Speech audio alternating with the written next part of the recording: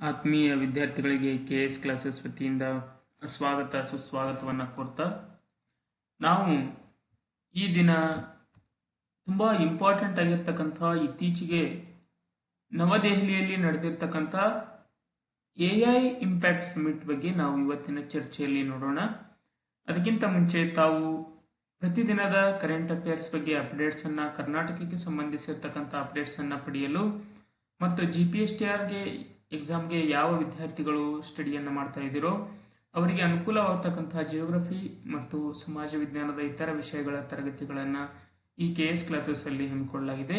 ತಾವೆಲ್ಲರೂ ಉಚಿತವಾಗಿ ಸಬ್ಸ್ಕ್ರೈಬ್ ಆಗುವುದರ ಮುಖಾಂತರ ಅಪ್ಡೇಟ್ಸ್ ಅನ್ನ ಪಡಿಬಹುದು. KS ಕ್ಲಾಸಸ್ ಅಂತಕ್ಕಂಥ ಯೂಟ್ಯೂಬ್ ಚಾನೆಲ್ನ ಸಬ್ಸ್ಕ್ರೈಬ್ ಆಗಿ ಸಪೋರ್ಟ್ ಮಾಡಿ. ಟೆಲಿಗ್ರಾಮ್ ಚಾನೆಲ್ ಕೂಡ ಇದೆ ಮತ್ತು ವಾಟ್ಸಪ್ ಕಮ್ಯುನಿಟಿ ಚಾನೆಲ್ ಕೂಡ ಇರ್ತಕ್ಕಂಥದ್ದು. ತಾವೆಲ್ಲರೂ ಜಾಯ್ನ್ ಆಗಿ ಅದಕ್ಕೆ ಅಪ್ಡೇಟ್ಸ್ ಅನ್ನ ಪಡಿಬೇಕು.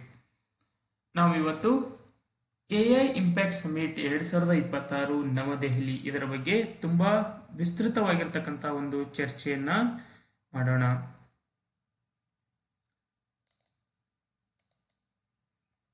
AI ಇಂಪ್ಯಾಕ್ಟ್ ಸಮಿಟ್ 2026 ಭಾರತ ಅಂತ ಇದೆ. ಇದು ಎಲ್ಲಿ ನಡೆದಿದೆ ಅಂತಕ್ಕಂಥದ್ದನ್ನ ನೋಡೋದಾದ್ರೆ ಭಾರತ ಮಂಡಪಂ ನ್ಯೂ ದೆಹಲಿ ಫೆಬ್ರವರಿ 16ರಿಂದ 20ನೇ ತಾರೀಕಿನವರೆಗೆ 2026 ಈ ಅವಧಿಯವರೆಗೆ ಸುಮಾರು 5 ದಿನಗಳ ಕಾಲ ನಡೆದಿರ್ತಕ್ಕಂಥ ಈ AI ಸಮಿಟ್ ಬಗ್ಗೆ ನಮ್ಮ KPSC ಮತ್ತು ಇತರ ಕರ್ನಾಟಕದ ಎಲ್ಲ ಎಕ್ಸಾಮ್ಗಳಲ್ಲಿ ತುಂಬಾ ಇಂಪಾರ್ಟೆಂಟ್ ಆಗಿರ್ತಕ್ಕಂಥ ಒಂದು ನ್ಯೂಸ್ ಇದು. India AI impact summit 2026 February 16ರಿಂದ 20 ಭಾರತ್ ಮಂಟಪಂ ನ್ಯೂ ದೆಹಲಿ ಇಲ್ಲಿ ನಡೆದಿರ್ತಕ್ಕಂಥದ್ದು. ಇದರ ಪ್ರಮುಖ ಘೋಷವಾಕ್ಯ ಏನು ಅನ್ನೋದನ್ನ ನಾವು ನೋಡೋದಾದ್ರೆ ಸರ್ವಜನ ಹಿತಾಯ ಸರ್ವಜನ ಸುಖಾಯ. ಇದನ್ನ ತಾವೆಲ್ಲರೂ ನೆನ್ಪಿಟ್ಕೊಳ್ಬೇಕು. ಎಕ್ಸಾಮ್ ಪರ್ಪಸ್ ಅಲ್ಲಿ ಇದನ್ನೇ ಡೈರೆಕ್ಟ್ ಆಗಿ ಕೇಳ್ತಾನೆ, ಇದು ಯಾವ ಸಮಿಟ್ ದ ಘೋಷವಾಕ್ಯ ಅಂತ ಕೇಳ್ತಾನೆ, ಅಥವಾ AI ಇಂಪ್ಯಾಕ್ಟ್ ಸಮಿಟ್ 2026 ಪ್ರಮುಖ ಘೋಷವಾಕ್ಯ ಏನು ಅಂತ ತಳಗಿನ 4 ಆಪ್ಷನ್ಗಳನ್ನ ಕೊಟ್ಟು ಸರಿಯಾದದನ್ನ ಆರಿಸಿ ಅಥವಾ ಯಾವುದು ತಪ್ಪಾಗಿದೆ ಅಂತಕ್ಕಂಥದ್ದನ್ನ ಕೇಳಬಹುದು. ಸರ್ವಜನ ಹಿತಾಯ ಸರ್ವಜನ ಸುಖಾಯ welfare for all happiness for all ಅಂದ್ರೆ ಸರ್ವಜನ ಹಿತಾಯ ಸರ್ವಜನ ಸುಖಾಯ welfare for all happiness for all ಅಂತಕ್ಕಂಥದ್ದು 2026 AI ಸಮಿಟ್ ನ ಪ್ರಮುಖ ಘೋಷವಾಕ್ಯ. ಇಂಡಿಯಾ AI ಇಂಪ್ಯಾಕ್ಟ್ ಸಮಿಟ್ 2026 ಇದರ ಮೂಲ ಮಾಹಿತಿ ಬೇಸಿಕ್ ಓವರ್ ವ್ಯೂ ಅನ್ನು ನಾವು ನೋಡುವುದಾದ್ರೆ ಇದು ಯಾವ ದಿನಾಂಕದಿಂದ ನಡೀತಾ ಅಂದ್ರೆ ಇದೇ ಫೆಬ್ರವರಿ 16, 2026ರಿಂದ ಫೆಬ್ರವರಿ 20, 2026 ಒಳಗೆ 5 ದಿನಗಳ ಕಾಲ ಈ ಸಮಿಟ್ ನಡೆದಿರ್ತಕ್ಕಂಥದ್ದು. ಇದರ ಸ್ಥಳ ಎಲ್ಲಿ ನಡೀತು ಅಂದ್ರೆ ನ್ಯೂ ದೆಹಲಿಯ ಪ್ರಗತಿ ಮೈದಾನ ಅಥವಾ ಭಾರತ್ ಮಂಡಪಂ ಅಂತ ಕರಿತೀವಿ. ಈ ಸ್ಥಳದಲ್ಲಿ AI ಸಮಿಟ್ 2026 ನಡೆದಿರ್ತಕ್ಕಂಥದ್ದು.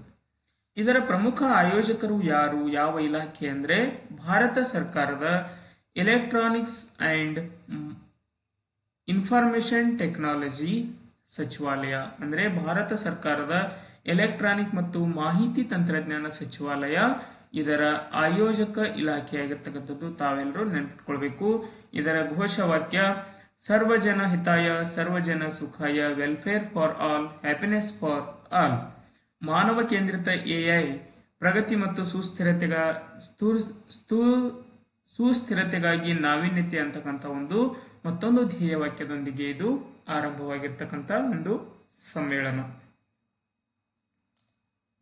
ಇನ್ನು ಈ ಶೃಂಗಸಭೆಯ ಪ್ರಮುಖ ಉದ್ದೇಶಗಳನ್ನ ನಾವು ನೋಡುವುದಾದ್ರೆ ಯಾವುದೇ ಒಂದು ಶೃಂಗಸಭೆ ನಡೆದರೆ ಅದಕ್ಕೆ ಮುಖ್ಯವಾಗಿರ್ತಕ್ಕಂಥದ್ದು ಅದರ ಉದ್ದೇಶ, ಯಾವ ಉದ್ದೇಶಕ್ಕಾಗಿ ಈ ಶೃಂಗಸಭೆ ನಡೆಯಿತು ಮತ್ತು ಇದರ ಧ್ಯೇಯೋದ್ದೇಶಗಳು ಏನು ಅನ್ನೋದನ್ನ ನಾವು ನೋಡೋದಾದ್ರೆ 3 ಪ್ರಮುಖ ಸೂತ್ರಗಳೊಂದಿಗೆ ಈ AI ಸಮಿಟ್ ಹಮ್ಮಿಕೊಂಡಿರ್ತಕ್ಕಂಥದ್ದು. 3 ಪ್ರಮುಖ ಸೂತ್ರಗಳು ಯಾವುವು ಅಂದ್ರೆ ಮೊದಲನೇದು ಪೀಪಲ್, ಪ್ಲಾನೆಟ್ ಮತ್ತು ಪ್ರೋಗ್ರೆಸ್ ಅಂತಕ್ಕಂಥದ್ದು. ಪೀಪಲ್ ಜನರು, ಪ್ಲಾನೆಟ್ ಅಂದ್ರೆ ಗ್ರಹ, ಪ್ರೋಗ್ರೆಸ್ ಅಂದ್ರೆ ಪ್ರಗತಿ. ಪೀಪಲ್ ಬಗ್ಗೆ ಏನ್ ಹೇಳುತ್ತೆ, AI ತಂತ್ರಜ್ಞಾನವನ್ನ ಅಂದ್ರೆ ಆರ್ಟಿಫಿಷಿಯಲ್ ಇಂಟೆಲಿಜೆನ್ಸ್ ತಂತ್ರಜ್ಞಾನವನ್ನ ಎಲ್ಲ ಜನರಿಗೆ ತಲುಪಿಸುವುದು ಮತ್ತು ಜನರನ್ನ ಕೌಶಲಾಭಿವೃದ್ಧಿಗೊಳಿಸುವುದು ಇದರ ಪ್ರಮುಖ ಒಂದು ಉದ್ದೇಶ. ಪೀಪಲ್ ಅಂತಕ್ಕಂಥದ್ದು ಏನನ್ನ ಸೂಚಿಸುತ್ತೆ ಅಂದ್ರೆ ಎಐ ತಂತ್ರಜ್ಞಾನವನ್ನು ಎಲ್ಲರಿಗೂ ತಲುಪಿಸುವುದು ಮತ್ತು ಕೌಶಲಾಭಿವೃದ್ಧಿಗೊಳಿಸುವುದು. ಎರಡನೇ ಪ್ರಮುಖ ಉದ್ದೇಶ ಪ್ಲಾನೆಟ್ ಅಂತಕ್ಕಂಥದ್ದು ಒಂದು ಪ್ರಮುಖ ಉದ್ದೇಶ. ಪ್ಲಾನೆಟ್ ಅಂದ್ರೆ ಗ್ರಹ, ಗ್ರಹದ ಅಂದ್ರೆ ಭೂಮಿಯ ಮೇಲಿನ ಪರಿಸರ ಸಂರಕ್ಷಣೆ ಮತ್ತು ಸುಸ್ಥಿರ ಅಭಿವೃದ್ಧಿಗಾಗಿ ಆರ್ಟಿಫಿಷಿಯಲ್ ಇಂಟೆಲಿಜೆನ್ಸ್ ನ ಬಳಕೆ ಅಂತಕ್ಕಂಥದ್ದು ಇದರ ಪ್ರಮುಖ ಉದ್ದೇಶ. ಜನರು ಅಂದ್ರೆ ಆರ್ಟಿಫಿಷಿಯಲ್ ಇಂಟೆಲಿಜೆನ್ಸ್ ತಂತ್ರಜ್ಞಾನವನ್ನ ಎಲ್ಲರಿಗೂ ತಲುಪಿಸುವುದು ಮತ್ತು ಕೌಶಲಾಭಿವೃದ್ಧಿಯನ್ನ ಅಭಿವೃದ್ಧಿಪಡಿಸುವುದು. ಎರಡನೆಯದು ಗ್ರಹ, ಪರಿಸರ ಸಂರಕ್ಷಣೆ ಮತ್ತು ಸುಸ್ಥಿರ ಅಭಿವೃದ್ಧಿಗಾಗಿ ಆರ್ಟಿಫಿಷಿಯಲ್ ಇಂಟೆಲಿಜೆನ್ಸ್ ನ ಬಳಕೆಯನ್ನ ಉತ್ತೇಜಿಸುವುದು. ಮೂರನೇ ಪ್ರಮುಖವಾಗಿರ್ತಕ್ಕಂಥ ಒಂದು ಉದ್ದೇಶ ಏನಂದ್ರೆ ಪ್ರಗತಿ, ಪ್ರೋಗ್ರೆಸ್ ಅಂತ ಕರಿತೀವಿ. ಆರ್ಥಿಕ ಬೆಳವಣಿಗೆ ಮತ್ತು ಡಿಜಿಟಲ್ ಇಂಡಿಯಾ ಅಭಿಯಾನಕ್ಕೆ ಬಲ ನೀಡುವುದು. ಅಂದ್ರೆ ನಮ್ಮ ಎಕನಾಮಿಕ್ ಡೆವಲಪ್ಮೆಂಟ್ಗೆ ಒಂದು ಪ್ರೋತ್ಸಾಹವನ್ನ ನೀಡುವುದು ಮತ್ತು ಡಿಜಿಟಲ್ ಇಂಡಿಯಾ ಅಭಿಯಾನಕ್ಕೆ ಕೂಡ ಪ್ರೋತ್ಸಾಹವನ್ನ ನೀಡತಕ್ಕಂಥ ಉದ್ದೇಶವನ್ನ ಹೊಂದಿರತಕ್ಕಂಥದ್ದು. India AI impact summit 2026 the 3 ಸೂತ್ರಾಸ್ shaping a sustainable AI future ಅಂತಕ್ಕಂಥದ್ದು. AI must serve humanity in all its diversity, preserving dignity and ensuring inclusivity ಅಂತ ಪೀಪಲ್ ಹೇಳುತ್ತೆ. ಪ್ಲಾನೆಟ್ ಏನ್ ಹೇಳುತ್ತೆ, AI innovation must align with environmental stewardship and sustainability ಅಂತಕ್ಕಂಥದ್ದು ಇದು ಹೇಳುತ್ತೆ. ಮೂರನೇದು ಏನ್ ಹೇಳುತ್ತೆ ಅಂದ್ರೆ ಪ್ರೋಗ್ರೆಸ್ ಅಂತಕ್ಕಂಥದ್ದು, ಬೆಳವಣಿಗೆ ಅಂತಕ್ಕಂಥದ್ದು ಹೇಳುತ್ತೆ. Artificial intelligence benefits must be equitably shared ಮತ್ತು ಗ್ಲೋಬಲ್ ಡೆವಲಪ್ಮೆಂಟ್ ಅಂಡ್ ಪ್ರಾಸ್ಪೆರಿಟಿ ಅಂತಕ್ಕಂಥದ್ದು ಹೇಳುತ್ತೆ. ಇನ್ನು ಇದರ ಪ್ರಮುಖ ಮುಖ್ಯಾಂಶಗಳು ಮತ್ತು ಹೂಡಿಕೆಯನ್ನ ನಾವು ನೋಡುವುದಾದರೆ, ಜಾಗತಿಕ ಭಾಗವಹಿಸುವಿಕೆ ಅಂದ್ರೆ ನಾವು ಇಂಟರ್ನ್ಯಾಷನಲ್ ಲೆವೆಲ್ ಅಲ್ಲಿ ಭಾರತದ ಭಾಗವಹಿಸುವಿಕೆ ಯಾವ ರೀತಿ ಇದೆ ಅದನ್ನ ಪ್ರೋತ್ಸಾಹ ಕೊಡುವುದು. 100ಕ್ಕೂ ಹೆಚ್ಚು ದೇಶಗಳ ಪ್ರತಿನಿಧಿಗಳು, 20ಕ್ಕೂ ಹೆಚ್ಚು ರಾಷ್ಟ್ರಗಳ ಮುಖ್ಯಸ್ಥರು, 50ಕ್ಕೂ ಹೆಚ್ಚು ಅಂತಾರಾಷ್ಟ್ರೀಯ ಸಚಿವರು ಕೂಡ ಇದರಲ್ಲಿ ಭಾಗವಹಿಸಿರ್ತಕ್ಕಂಥದ್ದು. ಇನ್ನು ಈ ಶೃಂಗಸಭೆಯಲ್ಲಿ ಭಾರತದ ಡಿಜಿಟಲ್ ಆರ್ಥಿಕತೆಗೆ ಸುಮಾರು $270 ಬಿಲಿಯನ್ ಅಂದ್ರೆ 22 ಲಕ್ಷ ಕೋಟಿಗೂ ಹೆಚ್ಚು ಹೂಡಿಕೆಯ ಭರವಸೆಯನ್ನ ನಮ್ಮ ಭಾರತಕ್ಕೆ ಲಭಿಸಿರ್ತಕ್ಕಂಥದ್ದು. ಇನ್ನು ಇಲ್ಲಿ ವಿಶೇಷ ಏನಂದ್ರೆ ಇಲ್ಲಿ ಒಂದು ಗಿನ್ನಿಸ್ ದಾಖಲೆ, ವಿಶ್ವ ದಾಖಲೆ ನಿರ್ಮಾಣವಾಗಿರ್ತಕ್ಕಂಥದ್ದು. ಯಾವುದಕ್ಕೆ ಅಂದ್ರೆ ಜವಾಬ್ದಾರಿಯುತ ಮತ್ತು ನೈತಿಕ ಆರ್ಟಿಫಿಷಿಯಲ್ ಇಂಟೆಲಿಜೆನ್ಸ್ ಕುರಿತ ಚರ್ಚೆಯಲ್ಲಿ 2.5 ಲಕ್ಷಕ್ಕೂ ಹೆಚ್ಚು ವಿದ್ಯಾರ್ಥಿಗಳು ಭಾಗವಹಿಸುವ ಮೂಲಕ ಒಂದು ಗಿನ್ನಿಸ್ ವರ್ಲ್ಡ್ ರೆಕಾರ್ಡ್ ಅನ್ನ ಸ್ಥಾಪನೆಯಾಗಿರ್ತಕ್ಕಂಥದ್ದು. ಇನ್ನು ನ್ಯೂ ದೆಹಲಿ ಡಿಕ್ಲರೇಷನ್ ಅಂತ ಕರಿತೀವಿ. 88 ದೇಶಗಳು ಮತ್ತು ಅಂತಾರಾಷ್ಟ್ರೀಯ ಸಂಸ್ಥೆಗಳು ಎಐ ತಂತ್ರಜ್ಞಾನವನ್ನ ಪ್ರಜಾಪ್ರಭುತ್ವೀಕರಣಗೊಳಿಸುವ ಈ ಘೋಷಣೆಗೆ ಸಹಿ ಹಾಕಿರ್ತಕ್ಕಂಥದ್ದು 88 ದೇಶಗಳು. ಹಾಗಾದ್ರೆ ಇದರಲ್ಲಿ ಕರ್ನಾಟಕದ ಪಾತ್ರ ಏನು ಅನ್ನೋದನ್ನ ನಾವು ನೋಡೋದಾದ್ರೆ, ಕರ್ನಾಟಕ ಸರ್ಕಾರವು ಫ್ರಾನ್ಸ್ನ ವೈವಾಟೆಕ್, ಇದನ್ನ ನೆನ್ಪಿಟ್ಕೊಳ್ಬೇಕು, ವೈವಾಟೆಕ್ ಈ ಸಂಸ್ಥೆಯೊಂದಿಗೆ ಒಪ್ಪಂದವನ್ನು ಮಾಡಿಕೊಂಡಿದ್ದು ಬೆಂಗಳೂರಿನ ಸ್ಟಾರ್ಟ್ಅಪ್ಗಳಿಗೆ ಜಾಗತಿಕ ವೇದಿಕೆಯನ್ನ ಕಲ್ಪಿಸಲು ಇದು ಹೆಚ್ಚಿನ ಮಹತ್ವವನ್ನ ನೀಡುತ್ತೆ. ಇನ್ನು ಈ ಸಭೆಯಲ್ಲಿ ಕರ್ನಾಟಕದ ಐಟಿ ಸಚಿವರಾಗಿರ್ತಕ್ಕಂಥ ಪ್ರಿಯಾಂಕ್ ಖರ್ಗೆ ಅವರು ಜಾಗತಿಕ ಎಐ ನಾಯಕರೊಂದಿಗೆ ಚರ್ಚಿಸಿ ರಾಜ್ಯದಲ್ಲಿ ಹೆಚ್ಚಿನ ಆರ್ಟಿಫಿಷಿಯಲ್ ಇಂಟೆಲಿಜೆನ್ಸ್ ಸಂಶೋಧನಾ ಕೇಂದ್ರಗಳನ್ನು ಸ್ಥಾಪಿಸಲು ಹೆಚ್ಚಿನ ಒತ್ತನ್ನ ನೀಡಿರ್ತಕ್ಕಂಥದ್ದು. ಇನ್ನು ಪ್ರಮುಖವಾಗಿರ್ತಕ್ಕಂಥ ಅಂಶಗಳೇನೆಂದ್ರೆ ಇದರ ವ್ಯಾಪ್ತಿ ಗ್ಲೋಬಲ್ ಸೌತ್ ನಲ್ಲಿ ನಡೆದ ಮೊದಲ ಬೃಹತ್ ಎಐ ಶೃಂಗಸಭೆ ಇದಾಗಿರ್ತಕ್ಕಂಥದ್ದು. ಅಂದ್ರೆ ಪ್ರಪಂಚದ ದಕ್ಷಿಣ ಭಾಗದಲ್ಲಿ ನಡೆದಿರ್ತಕ್ಕಂಥ ಅತಿ ದೊಡ್ಡ ಆರ್ಟಿಫಿಷಿಯಲ್ ಇಂಟೆಲಿಜೆನ್ಸ್ ಶೃಂಗಸಭೆ ಇದಾಗಿತ್ತು. ಇಲ್ಲಿ ಪ್ರಮುಖವಾಗಿರ್ತಕ್ಕಂಥ 2 ಪ್ರಶಸ್ತಿಗಳನ್ನ ಘೋಷಣೆ ಮಾಡಲಾಯಿತು. ಒಂದು ಎಐ ಫಾರ್ ಆಲ್, ಇನ್ನೊಂದು ಎಐ ಬೈ ಹರ್ ಅಂತಕ್ಕಂಥ 2 ಉಪಕ್ರಮಗಳ ಅಡಿಯಲ್ಲಿ ಪ್ರಶಸ್ತಿಗಳನ್ನ ಘೋಷಿಸಲಾಯಿತು. ಸಾಧಕರಿಗೆ ಇದರಡಿ 2.5 ಕೋಟಿ ರೂಪಾಯಿವರೆಗಿನ ಬಹುಮಾನ ಲಭಿಸುತ್ತಿರ್ತಕ್ಕಂಥದ್ದು. ಇದು ಸುಮಾರು 70,000 ಚದರ ಮೀಟರ್ಗೂ ಅಧಿಕ ವಿಸ್ತೀರ್ಣದಲ್ಲಿ ಎಐ ಇಂಪ್ಯಾಕ್ಟ್ ಎಕ್ಸ್ಪೋ ಆಯೋಜನೆಗೊಂಡಿರ್ತಕ್ಕಂಥದ್ದು. ಎಲ್ಲಿ ಅಂದ್ರೆ ನವದೆಹಲಿ. ಇನ್ನು ಪ್ರಮುಖವಾಗಿರ್ತಕ್ಕಂಥ 2 ಉಪಕ್ರಮದಡಿ ಪ್ರಶಸ್ತಿಯನ್ನ ಘೋಷಿಸಲಾಗಿದೆ ಅಂತ ಹೇಳಿದೆ. ಅದರಲ್ಲಿ ಮೊದಲನೇದು ಎಐ ಫಾರ್ ಆಲ್, ಎಲ್ಲರಿಗೂ ಕೃತಕ ಬುದ್ಧಿಮತ್ತೆ ಇಂಡಿಯಾ ಎಐ ಮಿಷನ್ ಅಂತಕ್ಕಂಥದ್ದು. ಇಂಡಿಯಾ ಎಐ ಮಿಷನ್ ಏನ್ ಹೇಳುತ್ತೆ ನೋಡೋಣ. ಕೇಂದ್ರ ಸರ್ಕಾರ ಭಾರತವನ್ನ ಜಾಗತಿಕ ಎಐ ಹಬ್ ಮಾಡ್ಬೇಕಂತ ಒಂದು ಬೃಹತ್ ಯೋಜನೆಯನ್ನ ಜಾರಿಗೆ ತಂದಿರತಕ್ಕಂಥದ್ದು. ಅದು ಇಂಡಿಯಾ ಎಐ ಮಿಷನ್ ಬಜೆಟ್ ನಲ್ಲಿ ಇದರ ಬಗ್ಗೆ ಈ ಮಿಷನ್ಗಾಗಿ ಸರ್ಕಾರ ಸುಮಾರು 10,372 ಕೋಟಿ ರೂಪಾಯಿ ಅನುದಾನವನ್ನ ಮೀಸಲಿಟ್ಟಿರ್ತಕ್ಕಂಥದ್ದು. ಎಐ ಕಂಪ್ಯೂಟಿಂಗ್ ಮೂಲಸೌಕರ್ಯ ಕುರಿತು ನೋಡಬೇಕಾದ್ರೆ ಭಾರತದಲ್ಲಿ ಕನಿಷ್ಠ 10,000 ಅಥವಾ ಅದಕ್ಕಿಂತ ಹೆಚ್ಚು ಗ್ರಾಫಿಕ್ಸ್ ಪ್ರೋಗ್ರೆಸಿಂಗ್ ಯೂನಿಟ್ಸ್ಗಳಿರುವ ಬೃಹತ್ ಕಂಪ್ಯೂಟಿಂಗ್ ವ್ಯವಸ್ಥೆಯನ್ನ ನಿರ್ಮಿಸುವುದು ಈ ಉಪಕ್ರಮದ ಒಂದು ಪ್ರಮುಖ ಭಾಗವಾಗಿದೆ. ಇದು ಸ್ಟಾರ್ಟ್ಅಪ್ಗಳಿಗೆ ಕಡಿಮೆ ವೆಚ್ಚದಲ್ಲಿ ಎಐ ತರಬೇತಿಯನ್ನ ನೀಡಲಿಕ್ಕೆ ಇದು ಹೆಚ್ಚು ಅನುಕೂಲವಾಗ್ತಕ್ಕಂಥದ್ದು.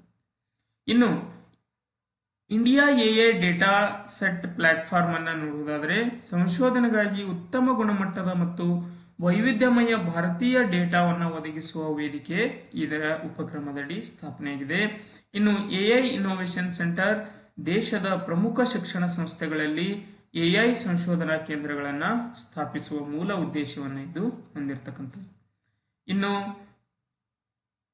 ಎಐ ಫಾರ್ ಆಲ್ ಅಂತಕ್ಕಂಥ ಒಂದು ಅಭಿಯಾನವನ್ನು ನಾವು ನೋಡುವುದಾದ್ರೆ ಇದರ ಮುಖ್ಯ ಉದ್ದೇಶ ತಂತ್ರಜ್ಞಾನದ ಲಾಭ ಸಮಾಜದ ಕಟ್ಟ ಕಡೆಯ ವ್ಯಕ್ತಿಗೂ ತಲುಪಬೇಕು ಅಂತಕ್ಕಂಥ ಒಂದು ಇಂಪಾರ್ಟೆಂಟ್ ಆಗಿರ್ತಕ್ಕಂಥ ಒಂದು ಉದ್ದೇಶವನ್ನ ಹೊಂದಿರತಕ್ಕಂಥದ್ದು. ಭಾಷಾಂತರ ತಂತ್ರಜ್ಞಾನವನ್ನ ನೋಡುವುದಾದರೆ ಭಾರತದ ವಿವಿಧ ಭಾಷೆಗಳ ನಡುವಿನ ಅಂತರವನ್ನ ಕಡಿಮೆ ಮಾಡುವ ದೃಷ್ಟಿಯಿಂದ ಎಐ ಅನ್ನ ಬಳಸಲಾಗ್ತಾ ಇದೆ. ಉದಾಹರಣೆಗೆ ಒಬ್ಬ ವ್ಯಕ್ತಿ ಕನ್ನಡದಲ್ಲಿ ಮಾತನಾಡಿದರೆ ಅದು ತಕ್ಷಣವೇ ಹಿಂದಿ ಅಥವಾ ಇಂಗ್ಲಿಷ್ಗೆ ಅನುವಾದವಾಗತಕ್ಕಂಥ ಒಂದು ವ್ಯವಸ್ಥೆಯನ್ನ ಈ ಎಐ ಡೆವಲಪ್ ಮಾಡಿದೆ. ಇನ್ನು ಅಗ್ರಿಕಲ್ಚರ್ ಅಲ್ಲಿ ಎಐ ಅನ್ನ ನೋಡುವುದಾದರೆ ಮಣ್ಣಿನ ಆರೋಗ್ಯ ತಪಾಸಣೆ, ಬೆಳೆಗಳ ರೋಗ ಪತ್ತೆ, ಹವಾಮಾನ ಮುನ್ಸೂಚನೆ ಇವೆಲ್ಲದರುಗಳಲ್ಲಿ ಎಐ ಅನ್ನ ಅಳವಡಿಸಿಕೊಳ್ಳಬಹುದು. ಇನ್ನು ಆರೋಗ್ಯ ಕ್ಷೇತ್ರದಲ್ಲಿ ಗ್ರಾಮೀಣ ಭಾಗದ ಜನರಿಗೆ ಕ್ಯಾನ್ಸರ್ ಮತ್ತು ಕ್ಷಯ ರೋಗದಂತಹ ಕಾಯಿಲೆಗಳನ್ನು ಆರಂಭಿಕ ಹಂತದಲ್ಲಿ ಪತ್ತೆ ಹಚ್ಚಲು ಎಐ ಆಧಾರಿತ ಸ್ಕ್ರೀನಿಂಗ್ ಸಾಧನಗಳನ್ನು ಒದಗಿಸುವ ಉದ್ದೇಶವನ್ನ ಹೊಂದಿದೆ. ಇನ್ನು ಶಿಕ್ಷಣ ವ್ಯವಸ್ಥೆಯಲ್ಲಿ ವಿದ್ಯಾರ್ಥಿಗಳಿಗೆ ಅವರ ಕಲಿಕಾ ಸಾಮರ್ಥ್ಯಕ್ಕೆ ಅನುಗುಣವಾಗಿ ಎಐ ಆಧಾರಿತ ಪಠ್ಯಕ್ರಮವನ್ನು ಸಿದ್ಧಪಡಿಸುವ ಉದ್ದೇಶವನ್ನು ಕೂಡ ಇದು ಹೊಂದಿರತಕ್ಕಂಥದ್ದು. ಇನ್ನು ಮಹಿಳೆಯರಿಗಾಗಿರ್ತಕ್ಕಂಥ ಒಂದು ಉಪಕ್ರಮ ಎಐ ಬೈ ಹರ್ ಅಂತಕ್ಕಂಥ ಒಂದು ಪ್ರಶಸ್ತಿ.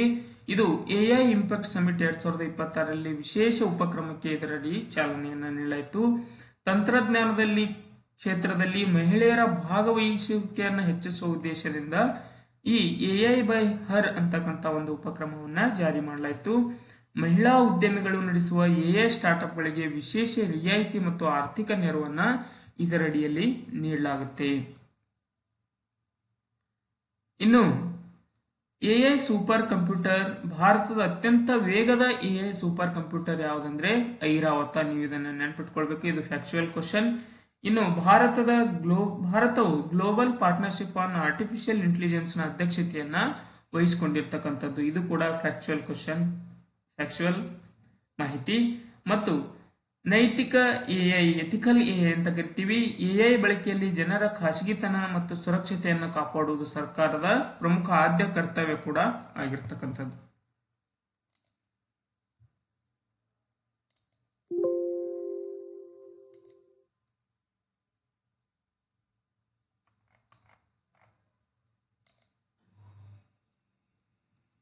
ಇಲ್ಲಿಗೆ ನಿಮ್ಮ AI summit impact 2026 AI impact summit 2026 ಈ ಕಾನ್ಸೆಪ್ಟ್ ಕುರಿತಂತೆ ತಾವು ಸಾಧ್ಯವಾದಷ್ಟು ಮಾಹಿತಿಯನ್ನು ಒದಗಿಸಲು ಪ್ರಯತ್ನ ಮಾಡಿರ್ತೇನೆ. ಇನ್ನು ಎರಡನೇ ವಿಡಿಯೋ, ಇದು ಒಂದನೇ ವಿಡಿಯೋ ಆಗಿರ್ತಕ್ಕಂಥದ್ದು. ಇನ್ನು ಎರಡನೇ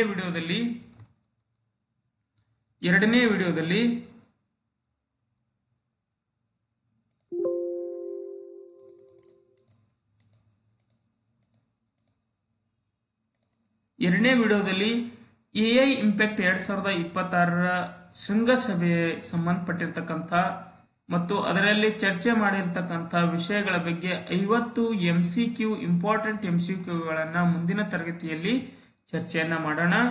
ಮತ್ತು ಸುಮಾರು 50 ವಿಶೇಷವಾಗಿರ್ತಕ್ಕಂಥ ಉಪಕ್ರಮಗಳನ್ನ ಈ ಸಮಿಟ್ ಅಲ್ಲಿ ಮಾಡಿರ್ತಕ್ಕಂಥ 50 ಫ್ಯಾಕ್ಚುಯಲ್ ಫ್ಯಾಕ್ಟ್ಗಳನ್ನ ನಾವು ಮುಂದಿನ ತರಗತಿಯಲ್ಲಿ ನೋಡೋಣ ಅಂತ ಹೇಳ್ತಾ KS ಕ್ಲಾಸಸ್ ಅನ್ನ ಸಬ್ಸ್ಕ್ರೈಬ್ ಮಾಡಿ, ಸಪೋರ್ಟ್ ಮಾಡಿ, ನಿಮ್ಮ ಗೆಳೆಯರೊಂದಿಗೆ ಶೇರ್ ಮಾಡಿ ಮತ್ತು ಪ್ರತಿದಿನದ ಅಪ್ಡೇಟ್ಸ್ ಅನ್ನ KS ಕ್ಲಾಸಸ್ ಅಲ್ಲಿ ಕರ್ನಾಟಕಕ್ಕೆ ಸಂಬಂಧಿಸಿರ್ತಕ್ಕಂಥ ಕರೆಂಟ್ ಅಫೇರ್ಸ್ ಅನ್ನ ತಾವು ಪಡಿಬಹುದು ಉಚಿತವಾಗಿ ಅಂತ ಹೇಳ್ತಾ ಎಲ್ಲರಿಗೂ ಶುಭವಾಗಲಿ. ಧನ್ಯವಾದ.